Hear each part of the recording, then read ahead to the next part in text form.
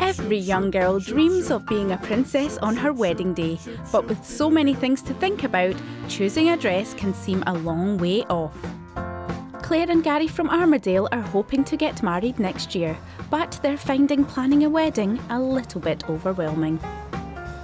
Congratulations on the engagement, you two. Thank you. Tell me about your wedding plans. We've planned nothing. Right, okay. So we try to discuss how many guests all the time, and it just ends up that we can't decide or narrow it down. And we've looked at a few venues, but we really don't know what we really want. To ensure Claire and Gary make it down the aisle, we've brought in Emma, a wedding planner who's going to help them prepare for their big day. It's worth kind of putting together a spreadsheet and understanding everything you need, because for a wedding the shopping list can be quite big. But it's really about the two of you realising what's important and putting your money in the place where it really matters. And then realising where you can kind of do things yourself and save a bit of money too. Do you guys have a budget in mind? Maybe around about 10,000. 10,000, I would say. I think the biggest don't lie to yourself about what the budget is. So for example, Claire, it's really easy to get caught up when you're trying on all the beautiful dresses.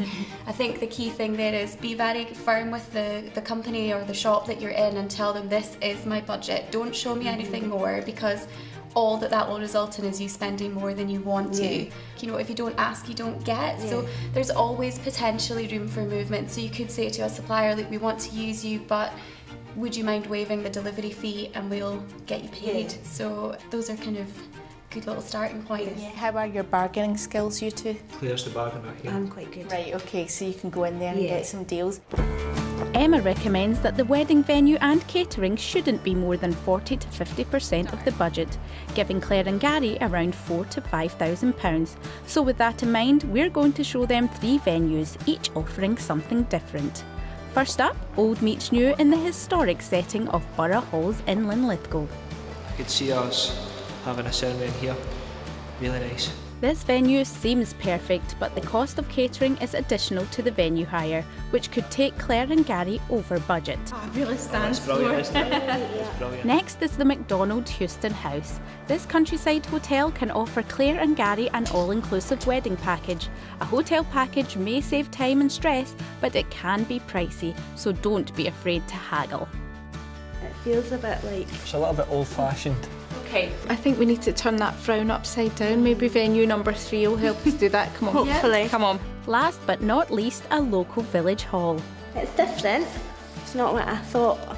This blank canvas requires a bit of vision and an open mind, but the higher price is roughly 10 times cheaper than the others, so could be a cost-effective option for our couple. I think it leaves a lot to the imagination. You could let it run wild in here. Really make it your own. So we visited 3 venues today. Do you have a favourite? At the Borough Halls.